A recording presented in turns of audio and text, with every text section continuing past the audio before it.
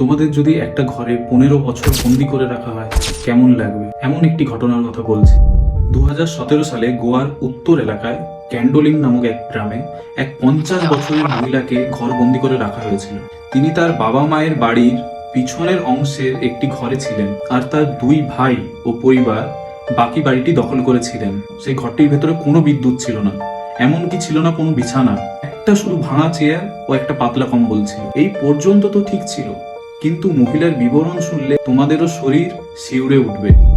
মহিলাটিকে যখন বাড়ির ভেতর দিয়ে উদ্ধার করা হয়, তখন পুলিশ দেখে যে মহিলাটি নিরীহ বস্ত্র, কঙ্কালসার শরীর আর বাড়ির চারিদিকে প্রস্রাব ও মলমূত্র ছড়িয়ে ছিটিয়ে ছিল বলে পুলিশ তথ্য জানিয়েছে। আর মহিলাটিকে শুধুমাত্র একটি জানালার মাধ্যমে খাবার ও জল দেওয়া হতো।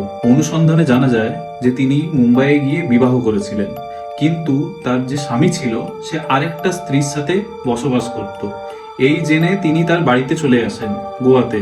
তখন থেকেই তার শুরু হয় অস্বাভাবিক ব্যবহার বা আচরণ, এটা জানিয়েছে তার পরিবার। তারপরেই শুরু হয় কনফাইনমেন্ট। স্থানীয় মহিলা পুলিশ ও এক এনজিও বাইলাঞ্চ 7 তাদের তথ্যের ভিত্তিতে বাড়িতে রেড চালায়। আইপিসি ধারা 342-এর অধীনে, অর্থাৎ অবৈধ বন্দিত্বর অধীনে তাদেরকে গ্রেপ্তার করা হয় ও পরে জামিনে মুক্তি পায়।